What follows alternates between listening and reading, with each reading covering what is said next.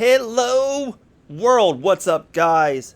Dave Van Auken on the Fight Bananas podcast pack show today, and it is fueled by Daniel Martinez, the law offices of Daniel Martinez. Guys, check him out right now at www.martinez.law. Hit it up again, www.martinez.law. The website's where you need to go if you have any issues, any problems you need to take care of. Check out our guy, Daniel Martinez. Also, hit up the IG at Rude Venice. The Rude boys are wearing some of the hottest gear in all of combat sports. If you want the hat, you want the hoodie, you want the tee, check out Rude Venice on the IG. All right, guys, let's get rolling a pack show. We're going to break down what could be some potential big boxing matchups, some big Saturday nights in the near future. We hit on Coleman Young, Island Fight 64. But we have an insane great interview right now with boxing sensation, Michael Williams Jr.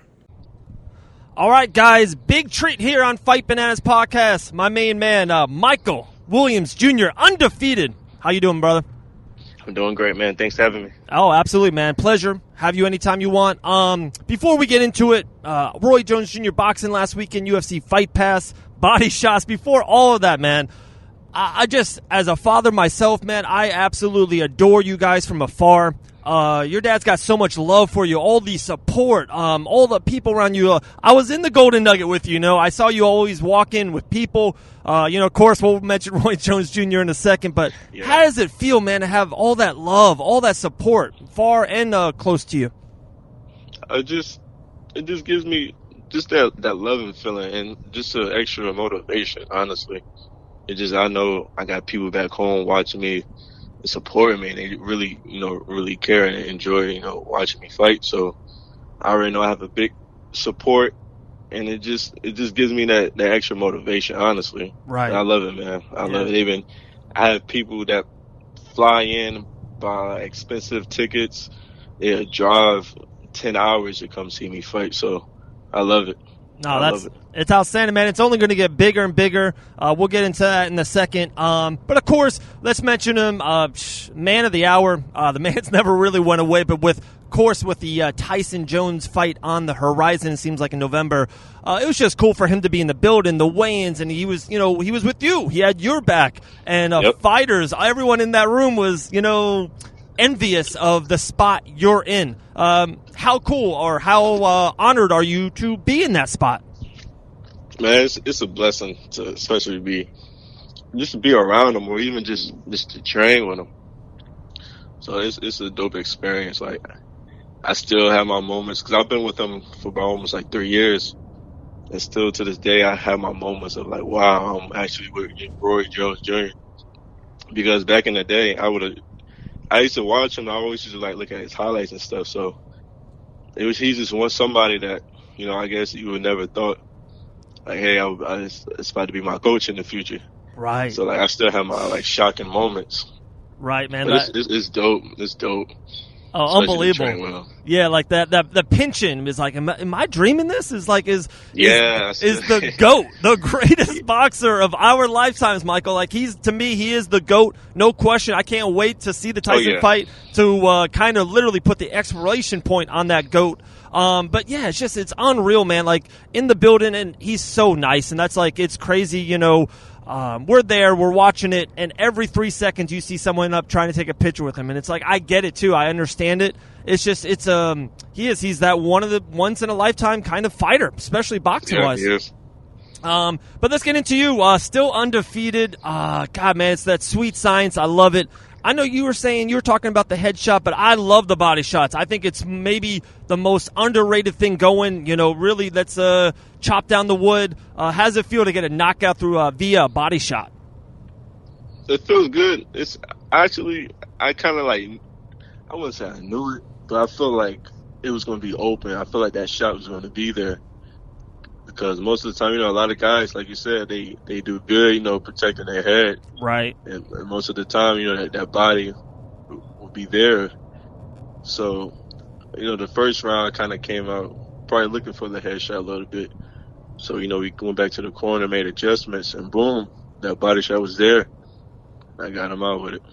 For sure. And, in the boxing game, a lot of people have you as a humongous prospect. And I'm kind of like, I'm turning out that I don't think you're a prospect anymore. Like, you're here. Like, you're already here. A lot of wins, a lot of knockouts under your belt, fighting on the RJJ banner, on that UFC Fight Pass, a ton of eyes.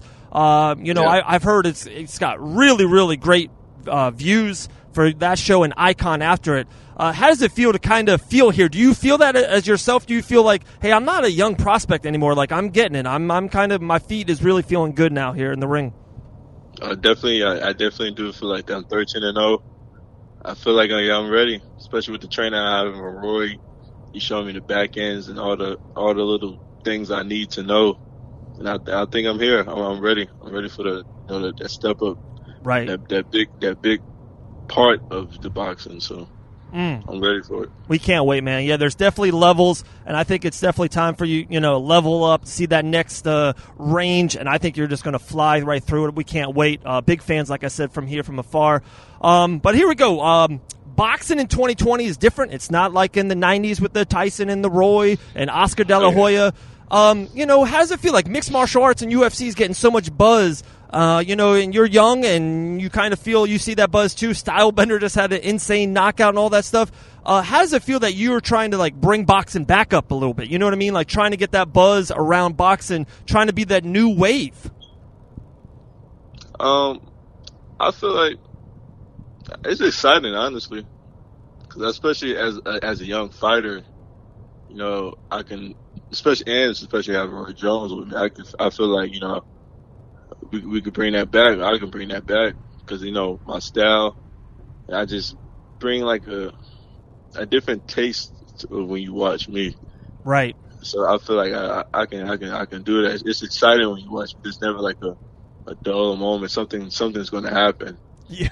So you watch me. So yeah. Yeah. No, you're going to sell pay-per-views for sure. I was sitting ringside for your fight, and it's like I'm sitting literally, it was me, D2, and Keith Altre. And, like, our eyes were just wide. You know what I mean? Like, we're not talking. We're not on our phone. Oh, Michael's in the ring. Okay, we're watching this. Like, you definitely have that attraction. Also with your gear. I thought your gear was super fresh, that pink and teal. How did that come to be? It's my uniform guy, Aaron Harris. It just pretty much, him and my pops just sit down. They just think of anything. And Aaron, he makes it happen. Like, literally anything. So, like, for me, I like to choose, like, bright colors. So once I choose the colors, we sit down, think of the design, and boom, he make it happen. I love it. What do you think, what's your take on the state of boxing right now? Kind of post-pandemic, it seems like it's coming back a little bit. A couple big fights are being announced for the last quarter now. What do you think the state of boxing is right now? I think it kind of came back a little bit. Right. Because, like you said, we definitely have some big fights coming up. Especially, I like the one I want to see, the Lomachenko and Tio. So I feel like the boxing is here. It's definitely back. No, I love love the crowd or not. It's definitely back. It is, man. I love that fight. I'm so happy you mentioned that. I'm a Lomo guy. Like, he just puts the work. I love it. What's your prediction, real quick, on that one?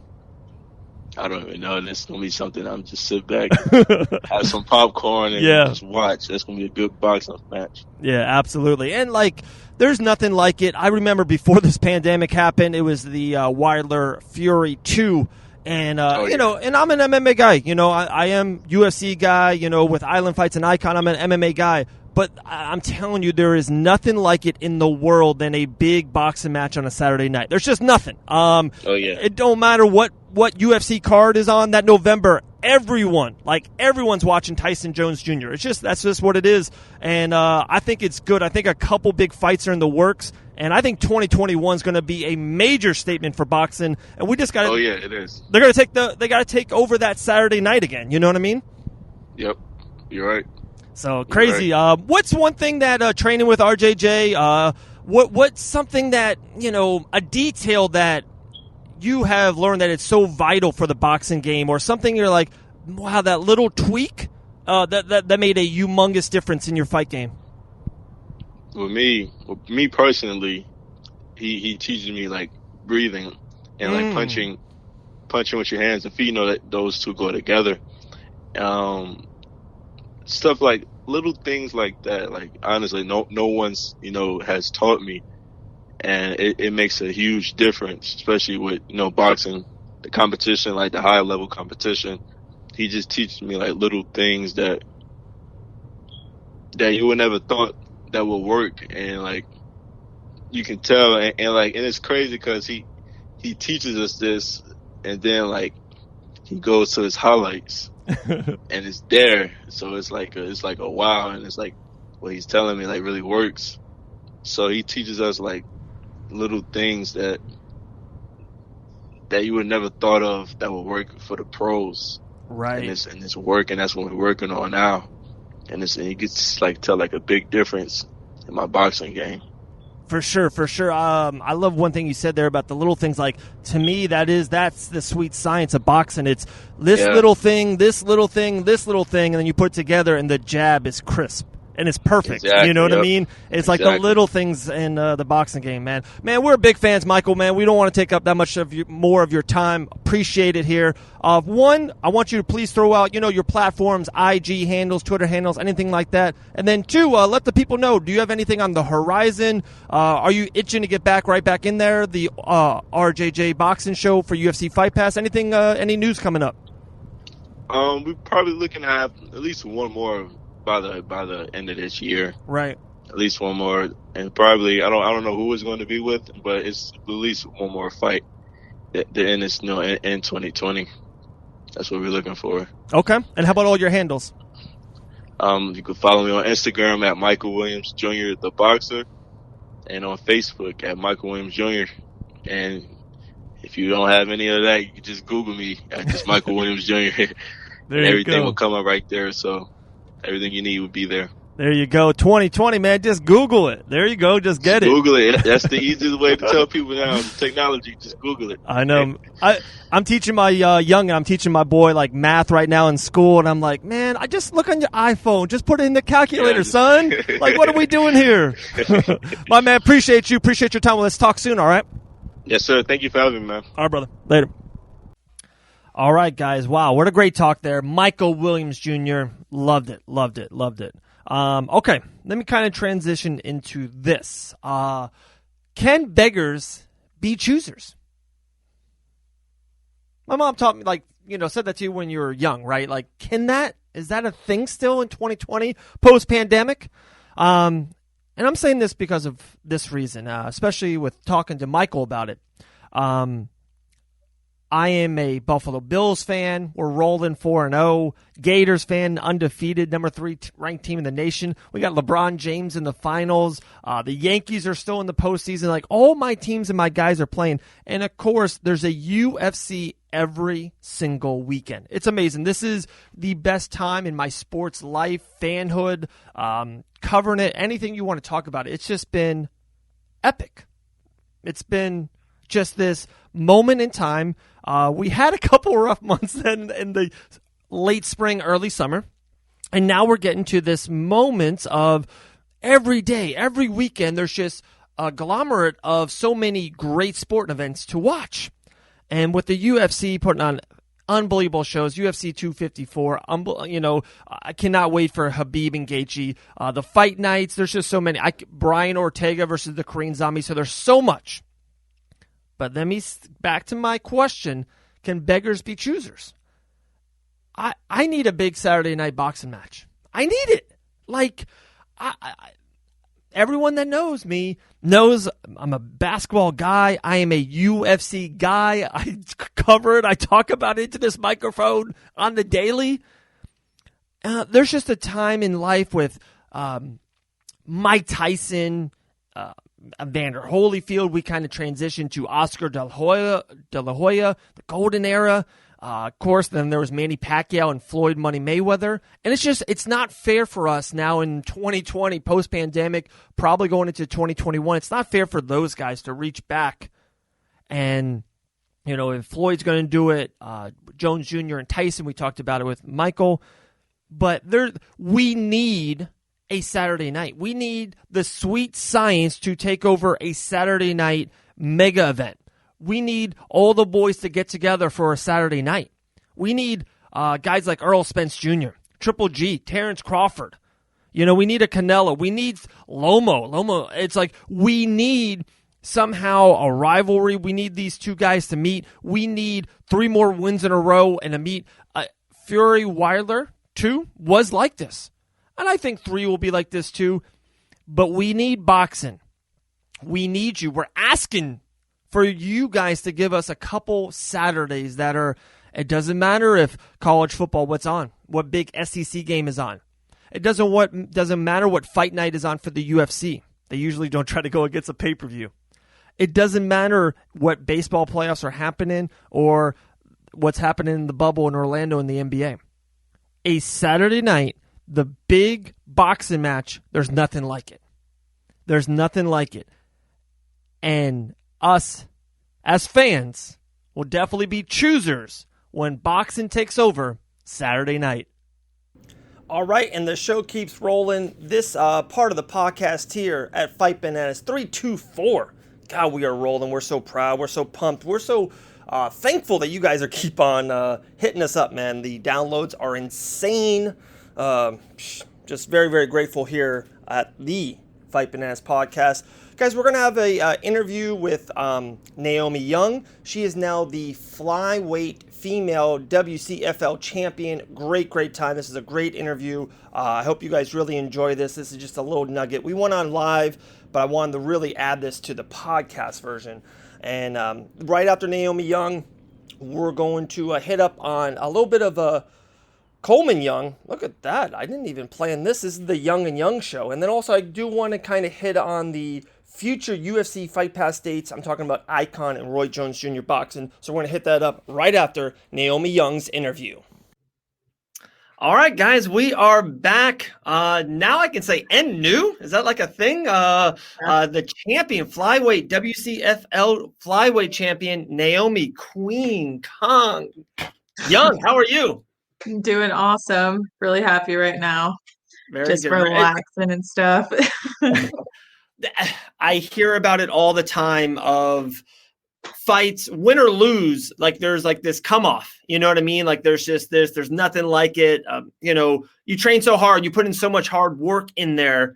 And to even on a win, you won a championship, you should be like the happiest person in the world. But I always hear there's a come off. Is that real? Do you have that at all? Or you still on cloud? Honestly, yeah, I'm really happy. I'm in a great mood. I'm just like really relaxing now. Just right. Because you're so intense. You have so much going on with full-time school, fight camp, mom, and then finally when the fight's done, you're like, oh, I can relax. So I'm just taking this few days to just soak it up. No, that's awesome. You said a couple things there. I'm definitely going to hit on. I got a couple notes for you, but let's really stick on the fight. It was really, kind of in a way short notice for you. What, it was 10 days, maybe 2 weeks at the most. Yeah. And got the fight. I know it's been a weird 2020 and it's been tough of all that, but how bad did you want this fight? And was there anything surprising in it? How did your cardio feel? Were you ready to go? Didn't matter about having a notice?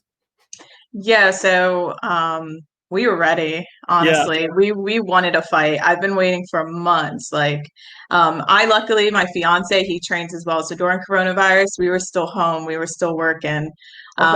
So we were wanting a fight. I was already trying to get on Combat Night and WCFL, but no opponents really. I got offered like an opponent I already had. And obviously, we're trying to grow and experience different things. Right. But I just prayed, honestly. I was getting really frustrated and I was like, I'm just going to pray for patience. Like when God wants something to happen, it's going to happen. Sure. Literally a few days later, boom, they needed a replacement because someone got injured. Right. And I was like, hell yeah. I messaged Christian and Christian was like, he just sent it to me too. And I was like, we need to do it. And they're like, bet. So cardio wise, I felt awesome. Been training a lot, just constantly training. So we were ready, man.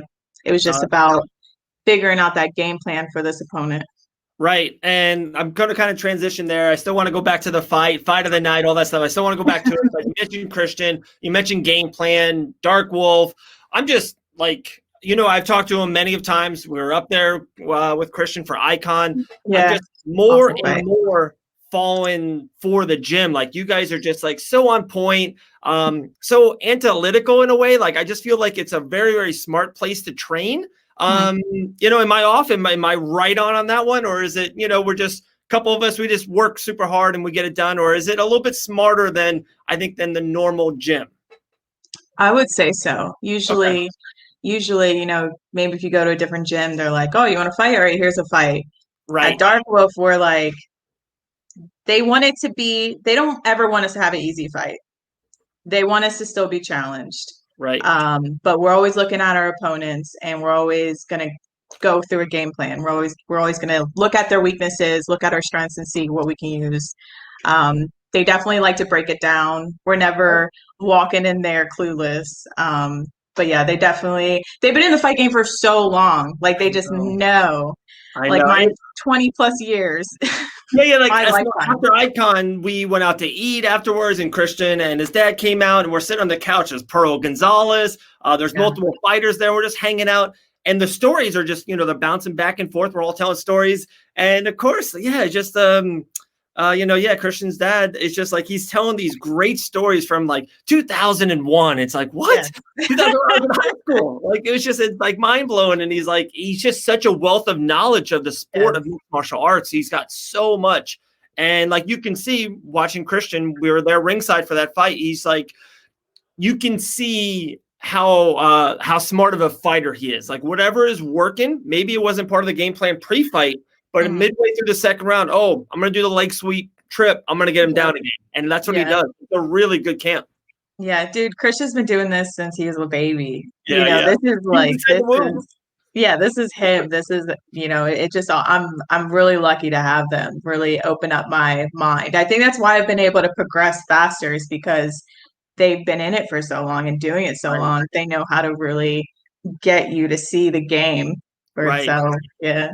And we talked a little bit, probably I would say 3 weeks ago when we were talking about maybe getting you a fight. And it just seemed like you were ready, like you were peaking. I felt like you were ready to get a fight. And it seems like your name, if I can be honest, like a year and a half ago or 14 months ago, like, not your name. Now your name is huge, especially on the amateur scene. I feel like, especially here in Florida, your name has a lot of really great weight to it. Thank you. No, you're very welcome. One, are you planning to defend your title at WCFL? So I am a strawweight. Right. I cut literally no weight for this fight. I ate a nice dinner before. I had a bowl of cereal for dessert. Like so become a flyweight then. I know. I'm comfortable with taking flyweight fights, right? Because it's easy. I feel comfortable. I don't have to be drained. I can just go and do what I love and fight. But then you have girls that are cutting 30 pounds and they're huge. And, strength wise, I feel like I can do it, but it's like, I have a huge advantage at strawweight being tall and literally cutting like 5 pounds. So it just works because I just diet down and then cut in the sauna, a little bit of water weight, and strawweight is easy. So either or, strawweight, flyweight, I'll do that amateur wise, but once I'm professional, I definitely want to be a strawweight. Okay. Well, that kind of transitions into my next thing. When is it? It's so funny. Like I've had so many talks of this, and like the best analogy I can have is like when you kind of get engaged or going to get married, like there's not like one thing. Like some people date for 2 weeks, 2 years, or 10. Like there's anything in the middle. There's just like a thing that like when and it's absolutely. And I hear that there's some amateur fighters that just get that 4 or 5 and they want to turn pro. Like they're fast. There's some, we've had Island Fight 64 this Saturday night. I missed the fight. I still haven't seen your fight. I'm so like itching to watch it, but we're at Island Fights and there's some kids that have like 20 amateur fights. And it's like, you watch him and he's so greatly seasoned. And it's like, this is really going to help when he turns pro. So do you have any game plan or anything in your head about when you will turn pro? The girl I just fought had over 10 fights, including the boxing. So that's more than what usual professional females have. So that kind of opened my eyes to show me that I am on that level of just not just someone with 3 fights. Mhm. But of course, I still want experience. We definitely, I believe in Florida, you need at least 5 or 6 fights before going professional. I think it's That's 5. Yeah. yeah, that's if I don't go out of state. But me and my coaches talked. Of course, we want me to get a few more amateur fights and really just take it from there. We're just gonna see fight by fight how things go and just take it. I mean, I'm sure I'm not gonna have 10, 11 amateur fights. I really don't Right. think that's needed. So, Right. just like a few more for sure. Um, just a question. No one's listening. No one's watching. Just between us. All right. Okay. Do you want that Ari Melendez fight back? Oh, we can totally run that back. Okay. But I love Ari. You know that. I love Yeah. you. I love Ari. I love both of you guys. And it's just like, going into the fight, I thought it had so much. It was a great, great fight. And afterwards, like Ari was so happy about it. Ari looks like is turning to pro. Like it looks like her next fight will be a pro. And I just remember kind of talking to you or people around you, and they were just like, man, Naomie wants that 15 minutes back. Like she wants those 10, 12 minutes back. Like she knows what happened and what she could have probably done different to try to achieve victory. Right. I honestly, that fight really made me work a lot harder, jiu-jitsu and wrestling wise. Right. I was just so frustrated because I literally felt like I didn't fight. I wasn't tired. I was just, I was brought to a new world. Like, hey, Right. someone could definitely go in there and hold you. But Ari actually hit me up. She wants to she was cool. Like she wants to train with me and stuff like Oh, that. she's awesome. But if we're like pros or whatever, and I have to come across her again, we can totally do that. So yeah, like I'm so happy what you just said that. Like that's what amateur fights, like I said. So I kind of will just put it back to where I was this weekend for Island Fights, and some of the people lost. And of course, no one wants to lose. I brought up like basketball, like in the finals, LeBron James just lost last night, but like he you can lose 2-3 times and still be the champion.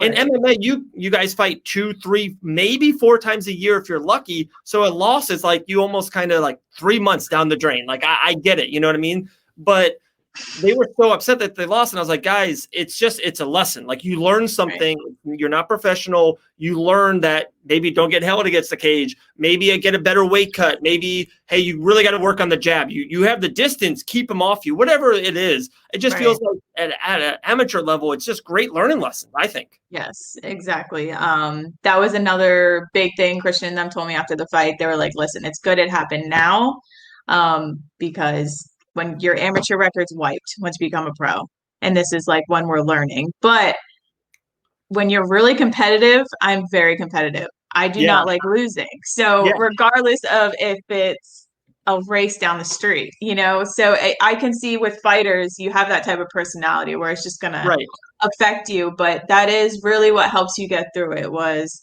I'm learning, I'm still an amateur, and just get better from here. You can't keep. Let's talk about that. Being a mom. Nothing like it. I love being a dad. There's nothing like it in the world.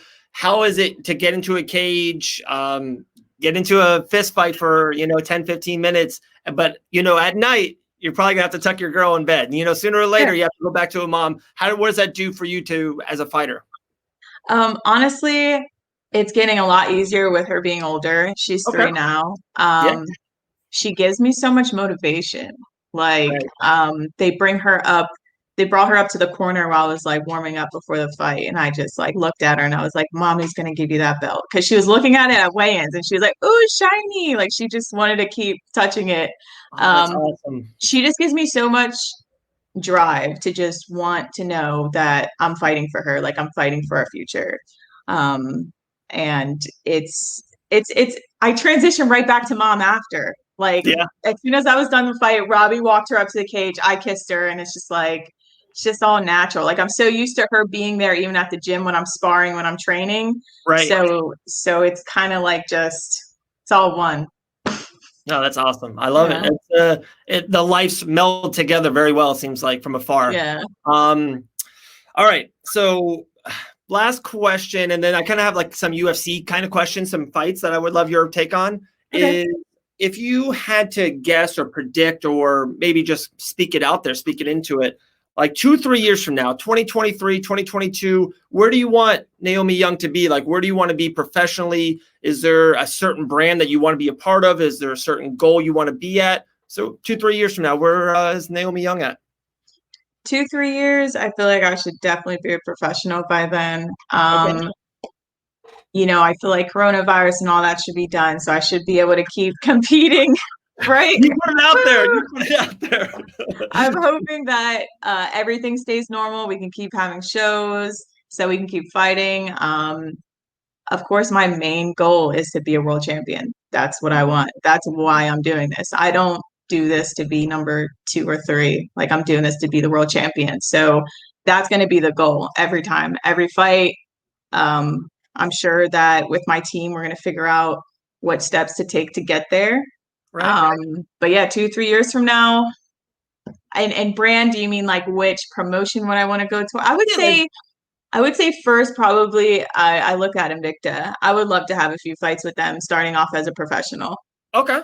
Yeah. So like, just say maybe 6 more months, maybe 1 or 2 more AMI fights, and then maybe mid 2021, late 2021, maybe in Invicta. Just go right into a pro. Yeah, I would definitely love to start out with them. I know a few women that are part of Women of Combat who started with them. Right. And they don't just throw a debut professional with someone who has like 7 fights. They want to actually see you grow in your career. So I see that being a really great place, and they say they treat you well and all that stuff. So definitely a promotion I want to be a part of. No, that's awesome. Very cool. Did you see Holly Holm and Irene Aldana? Like, I was so into that fight, but I was at Fights Live. I know you were at Fights Live. Did you see it or hear about it, or who were you rooting for going into it? So I didn't get to see the fight. I need to watch it. That was my fight night. Literally in the corner, there was a guy in the corner watching, like a coach watching the UFC fights. But yeah, like I'm not going to sit there in my corner before my fight zoned in somewhere else. I need to be like locked in with my team.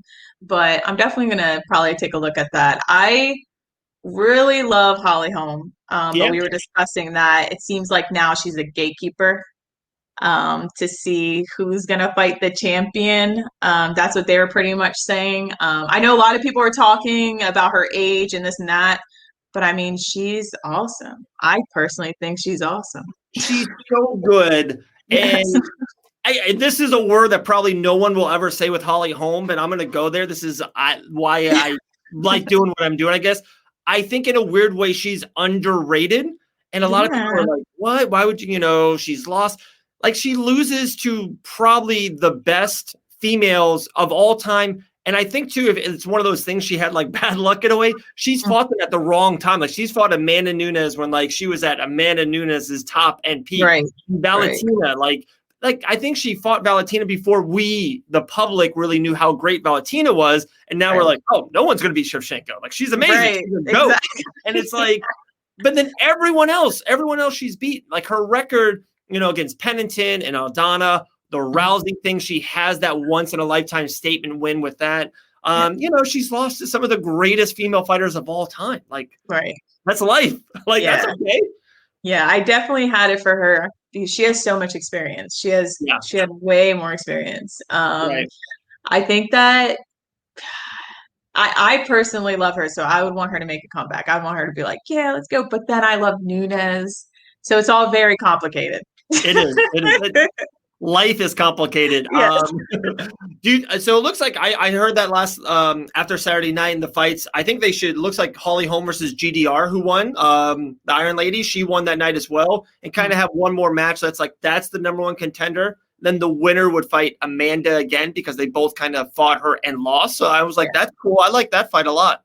Right. Yeah. 2 pretty much. That would be striking for sure. But Holly Holm could actually take her down or something because we obviously seen she doesn't like to be on her back. So I would have Holly Holm for that fight to be on their back, though. Yeah, that's true. But I don't know. You can tell when someone's really uncomfortable on their back when they're not even shrimping. They're just like holding on for dear life. But I would have Holly Holm for that fight for sure. Okay. Another big female fight coming up probably at the end of the year. I think next month or 2 months is that Megan Anderson, Amanda Nunes. And it sounds like you're definitely Amanda girl. Is there no doubt about it? Amanda's going to do work? I mean, look, yes. Okay. Like Megan, like it seems like when they put her up against someone at a higher level, it was not working out. So they started pulling people to the UFC that she was fighting. Like most of the people that she fought lately, I think the last person I wasn't sure who they were either. And her fight against Kat, that was stopped because I believe like a toe in the eye or something like that too. So I really think that she is not at Nunes's level yet. Right. Yeah, I don't think so. I know she wouldn't want to turn down a title shot. You know, if she believes in herself and her coaches, that's fine. But yeah. Opportunities are tough. Right. Really, really great opportunities are tough. So when you do get it, you jump all over it. One last question, UFC wise, is there one fight in the next kind of 6 weeks, 8 weeks that you're just like, oh, Robbie, I'm not missing this. You might have to watch the girl for a little bit. I'm not missing this fight. For me, it's the Brian Ortega-Korean Zombie fight. Like, I think for some reason, I don't know why it's getting so overlooked. I love this fight. That's that fight for me. Is there a fight for you that you just can't miss? I love Brian Ortega. I do love him. But I'm pretty excited for Corey Sandhagen to come back this upcoming weekend. And Justin Gaethje and Khabib, honestly. I think that fight is going to be very interesting. I got to meet them, so it was cool to see that they were very personable and stuff. So once you meet a fighter, you're kind of more excited for their fights. You know what I mean? I got to pick up all these names that you're dropping right now, Naomie. I got to pick them up for you. You're dropping. You met Gaethje and Khabib? No, I met Corey Sandhagen. Oh, Sandhagen. Yes, and Justin Gaethje when I went to Colorado. Right. And they were so funny and just personable and everything. Like they have a lot of knowledge in the game, and just seeing firsthand how they work. Right. Like what they're doing day in and day out. Like these people, they made me step up my training. Like when Women of Combat sent us there, because you're seeing them train 3-4 times a day, seeing how they structure it and everything. You're like, man, like this is how it needs to be. Yeah. So yeah, it's so crazy there's so many levels to it. And I think that's what I really learned the most when I watched the Israel Adesanya versus Costa fight. Costa undefeated, looked amazing, going through people. And a lot of people, even that weekend, were like, oh, he's going to run through him, going to get Adesanya out in the first 3 minutes. And then it looked like an amateur fight. It looked like he wasn't even on his level. And that's an undefeated badass. Yeah. So you see like a Gaethje, there's just so many levels to it. I'm excited for this weekend too. I think I have Marlon winning actually. So we might have to put like $1, it's a really good fight. I think Marlon's one of those underrated guys. It seems like there's one every 2-3 years. He beat Henry Cejudo in the first round. He's like 18-2 in his last 20, and he gassed. Wow. That's a part of it. But the guy's a stud. It's a great fight. It's a great fight. Yes, it's definitely going to be a challenge for him. I feel like this will be a really good comeback for Sandhagen. Right. But speaking of Israel, I studied him so much for this fight. Okay. Because he is so long and he always keeping his range, going against that person who's always just trying to throw those overhands. And that's my life. Usually I have the person trying to either take me down or just throw an overhand. So I studied him a lot, and he definitely just picked him apart. Yeah. Just picked him apart so perfectly. It definitely looked like an amateur, an amateur going against a professional for sure. It did. I think actually a couple of people, I think your coach, I think Lou got on me. I think it's hard. I think people wait too long to label them as one of the best ever, one of the greatest ever, the whole GOAT thing, right? So I'm like, I think if you see how great he is, like right now, right? I haven't seen a lot better mixed martial artists at their top as peak. Yeah. I've watched Anderson Silva go through that run. I watched it. Izzy right now, to me, is doing stuff that Anderson couldn't do 14 years ago, 10 years ago, whatever it was. I don't know. I just think right now, he's at that top, John Jones, GSP, the top of the game. You know, I hope Izzy keeps his mind right. Like a lot of the after fight wasn't the greatest. I don't think, I like having fun, but a little bit too much. So I hope he tones it down a little bit because he's so great. He's one of the greatest I've ever seen. Yeah, me and Robbie were just talking about that. We're like, we love him, we love him. And then we're like, oh, come on, you're doing too much right now. Yeah. Don't do this. Don't do this to us. I have a 3-year-old son, and he comes in, he's like, Daddy, I just went to the bathroom. I'm like, oh my gosh, you went. And I go in the bathroom, and there's just stuff everywhere on the ground. I'm like, come on, you just, I'm happy that you did, but you didn't follow through all the way. So right. It's a kid's podcast at the end of it, But I'm so happy for you, Flyweight Champion. The platform's yours. Any kind of sponsors, people you want to thank, family members, coaches, whatever you want. Take it away. Of course, huge shout out to Dark Wolf MMA. They are really just an amazing gym, from just allowing me to go there and never having a problem with me bringing my 3-year-old daughter. Really just became my family. They're 100% my family. David Lawson, Christian Lawson, Melissa Lawson, they're just great coaches. I started, my striking coach is Carl, and he is from DeLand, and he's definitely been an awesome striking coach. I want to thank him for the time that he's put in with me as well. I want to thank Women of Combat. They've been an awesome sponsor from like day one with just gear, or if I need to travel, just anything at all. They just been there. Even during coronavirus. Hey, how is everything? Are you training? Do you need anything? That's really cool. They were really awesome. Other Side MMA, they've been an awesome sponsor as well. And of course, I could just thank so many people. I feel like I just can thank everybody. I just feel so happy about it. It's my 4th grade teacher. Yes, my mom, my dad. No, it's awesome. We're so happy for you. We couldn't be there. We were in Pensacola watching Island fights and all of that. We were covering that event, but we were so happy for you when we saw it was on that night. We're like, oh man. But yeah, guy's crazy. Flyweight champion. Big things ahead.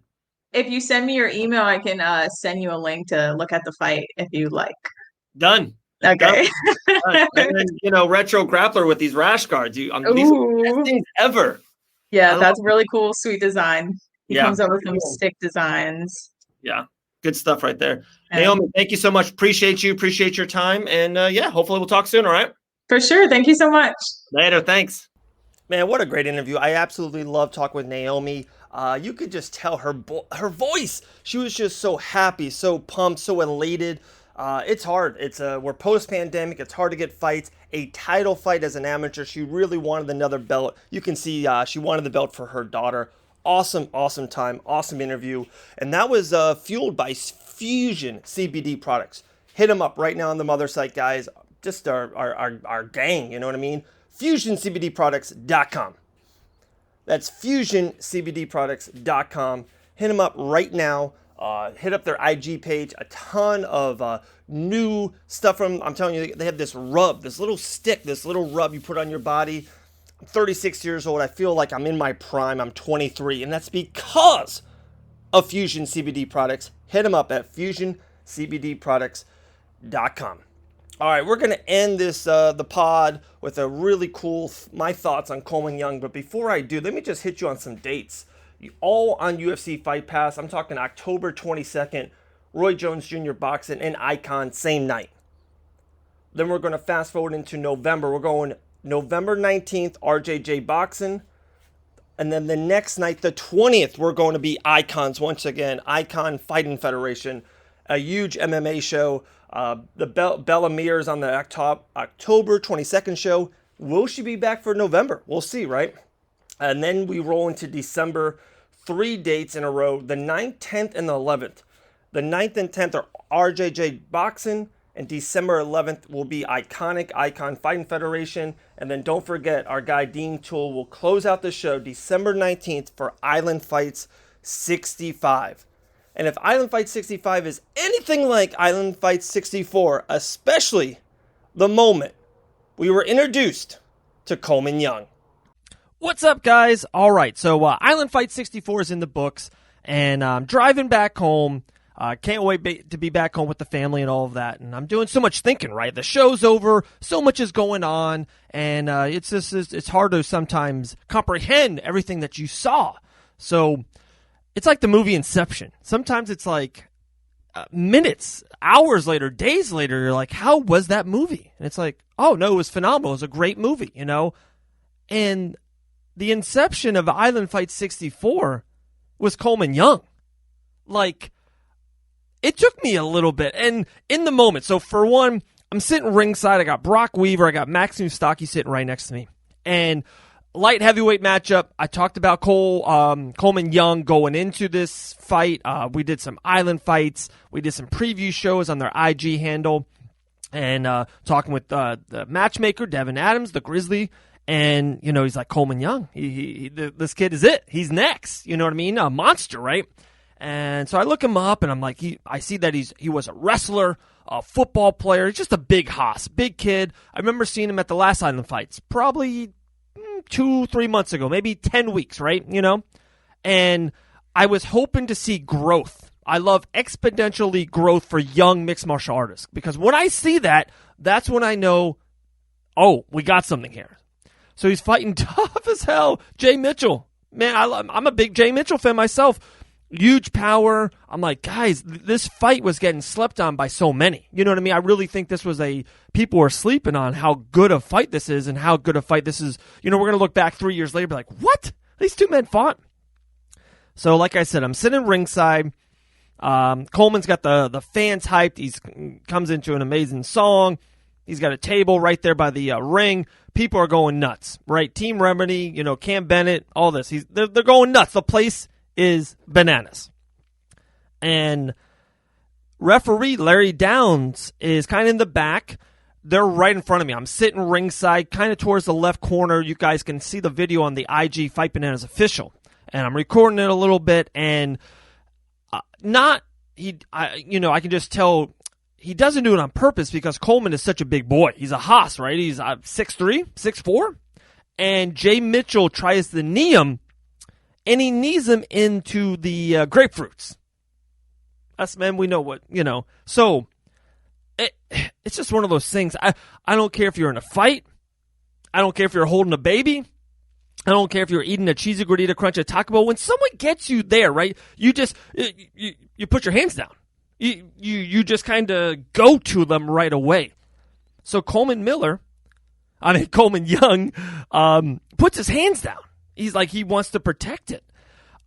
Jay throws a second knee. I'm not too sure if that one really lands or not, but the first one lands for sure. And Coleman puts him down, and then I see, if you got kids, earmuffs, I see the fucking savage. I see Coleman just, this insane rage, this humongous straight right that Rampage Jackson, Chuck Liddell, like this insanely overpowerful, like, oh, you just fucked with the wrong guy, all right? And like I said, I don't think Jay did it on purpose at all, but I think Coleman Young just put him down, put the man down. It was complete chaos. It was savagery at its finest. Jay goes down. Coleman goes on top. Boom, boom, boom. I'm like I said, I'm recording it. I felt so bad. Like, Jay's getting hit almost outside the ring. Larry's 4 or 5 steps ahead, 4 or 5 steps back of Coleman, and that's 3 or 4 too many, because Coleman finishes quickly. So, just an absurd scene at Island Fight 64. I was driving back, and I'm like, I don't think so. The podcast dropped on Monday, and Kat Nelson, Kevin Kroom talked a lot about Island Fights, more of life lessons. I talked to, some UFC, and I don't think I gave Coleman enough light. So, Coleman Young, you're a fucking savage. I will talk to you soon. I can't wait. I will see you very, very soon, my man. Big ups. Island Fight 64 was bananas, and probably the moment of the night, the performance of the night, was Coleman Young putting down Jay Mitchell with the right. And there we go, guys. We close it out. Episode 324 officially in the books. I'm Dave Van Auken. You can follow me on any social media platform at David Van Auken, Twitter, Insta, Facebook. Hit me up. Guys, but go hit up our sponsors. They are letting us do this for free. We're banging out content. There's videos on YouTube. Make sure you subscribe to the Fight Bananas YouTube channel. Hit us up on iHeartRadio if you just want to listen to the show. Thank you to our guest, Naomie Young. the new WCFL Flyweight Champion of this world, and of course our guy, the sensation, a boxing superstar, Michael Williams Jr. Loved having him on. Really well spoken. Can't wait for that man's future. Big, big things. All right, guys, have a great, great weekend. It is Sanhagen and Morales on UFC Fight Island. Make sure you stay with us. Later.